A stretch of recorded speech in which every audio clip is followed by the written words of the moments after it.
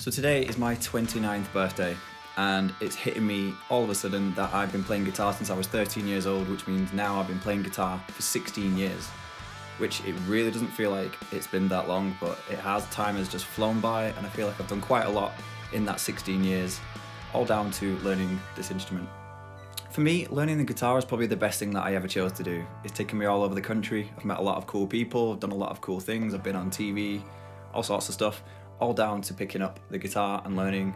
So I'm really glad that I did. So now that I'm realizing that I've been playing guitar for 16 years, I thought I would just take a look back at my 16 years of experience and pick my top 5 things that I think helped me improve not only my playing, but just being a musician overall. And I thought I would make a video about that today. So stick around and we'll get right into it.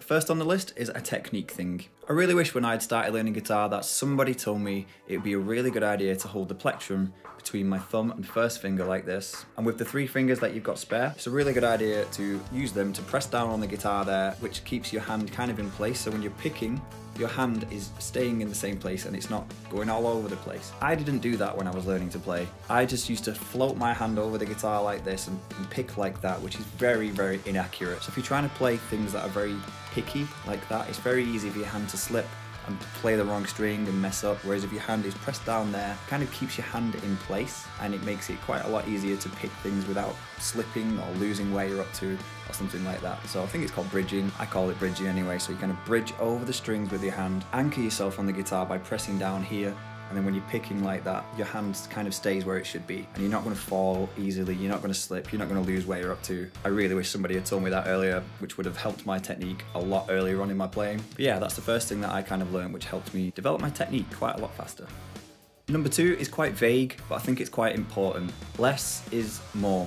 We've all heard the term, but what does it mean? In terms of guitar playing, I think less is definitely more. You might have heard some guitar players, not mentioning any names, that say more is more, but less is definitely more. If you have a section of a song where you got to play a guitar solo, cramming as many notes in as possible isn't always the best thing. It's not that impressive. It's cool if you can do it, if you can play really, really fast. If that's what you're into, great. But for the most part, I think a lot of people these days, they just like to hear a nice melody, something nice and slow, something that they can easily take in and listen to. Because a lot of notes played really, really fast and really, really quickly is just a lot of notes barraging people in the face.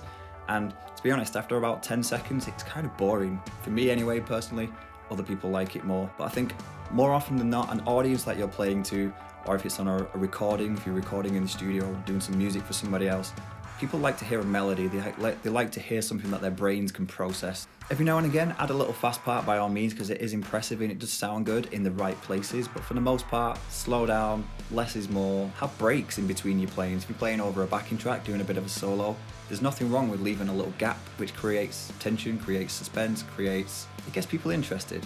And it also keeps it more interesting for you as a player. These days, I would rather listen to someone play something really slow and really well thought out than just a million notes played as fast as possible.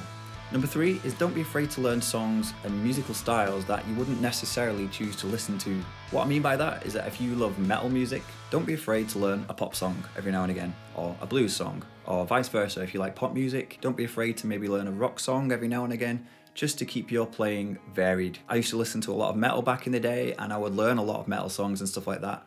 And then when you start playing with other musicians who have other tastes, it's really kind of difficult to play with them, because if all you know is to have to play Master of Puppets, it's not really going to help you with other musicians and jamming and things like that. If you want to get a band together and you can meet some other musicians who maybe have different influences to you, it's going to be difficult to gel. So one thing that really helped my playing was I joined a band where we play a lot of weddings, so I had to learn a lot of songs that I wouldn't choose to listen to myself, but they're very popular at weddings. And I think in doing that, I learned a lot of different styles of music, which really stopped my playing from all sounding the same. And now I feel like I've got quite a varied playing style, which I think really helps me out, put me in any situation with different musicians, and I feel like I could play something which would fit in with whatever I'm doing or whoever I'm with.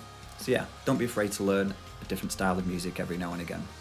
Number 4, as I've just mentioned, is play with other musicians wherever possible. If you know somebody who plays drums or another guitar player or anything like that, I would highly recommend playing with them, because it really, really helps quite a lot of different things. The main thing that it helps with is timing, which I think is one of the most underestimated things in becoming a better guitar player. If you can play a lot of notes really, really fast and a lot of scales and that, great, but if you have really, really bad timing and you can't keep in time with a backing track or with a band, with a drummer or anything like that, it's not going to sound good. Playing with other musicians really helps with your timing. It really helps you sort of know when to start, when to stop. It's going to be really obvious if you're playing with other musicians and you go out of time. It's going to be bad.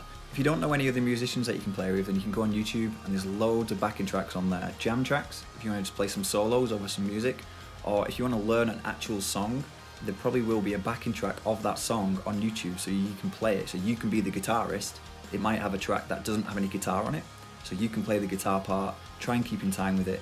It will really, really help you out. So when you do start finally playing with other musicians, you won't feel quite as inexperienced and you'll be a lot more confident jamming. And last but not least, number 5 is another technique thing. If you're learning guitar via tab, great, tabs are really useful, but as soon as you can, I would try and learn where the notes are on the guitar, not just in one position, but all over the neck. If you're playing in a certain key, it really helps to know where all the notes are on the guitar fretboard, so you can play up and down the neck and you're gonna be in the right area. For argument's sake, I could play a C major scale here, and I also know I can play it here, and here, and here. Little things like that. I can play the same thing in different places on the neck because I know where the notes are. What if I broke a string during a gig, I didn't have a spare guitar, and I needed to play a guitar part in the middle of a song, and I broke a string down here, maybe I could play the same thing up here somewhere else. If I knew where the notes are, that'd really help me out in that situation. So my last tip is to learn where the notes are on the guitar fretboard as soon as possible. It will really help you out. So there you go, that's my top 5 list of things that I think really helped my guitar playing, my technique, and my overall musicianship in general over the past 16 years of playing guitar. So if you're a beginner with the guitar, hopefully you found this video helpful. If you've been playing guitar for a little while and you think that there's something that helped you improve your guitar playing technique or anything like that that I didn't mention today, comment it below. I'd love to know what other things helped other people learn to improve their playing. And maybe people watching this video can read the comments as well to get more tips and tricks off other guitar players. If you liked this video and thought it was helpful, then please click up here to see another video and down here to subscribe to my channel, and hopefully I will see you next time.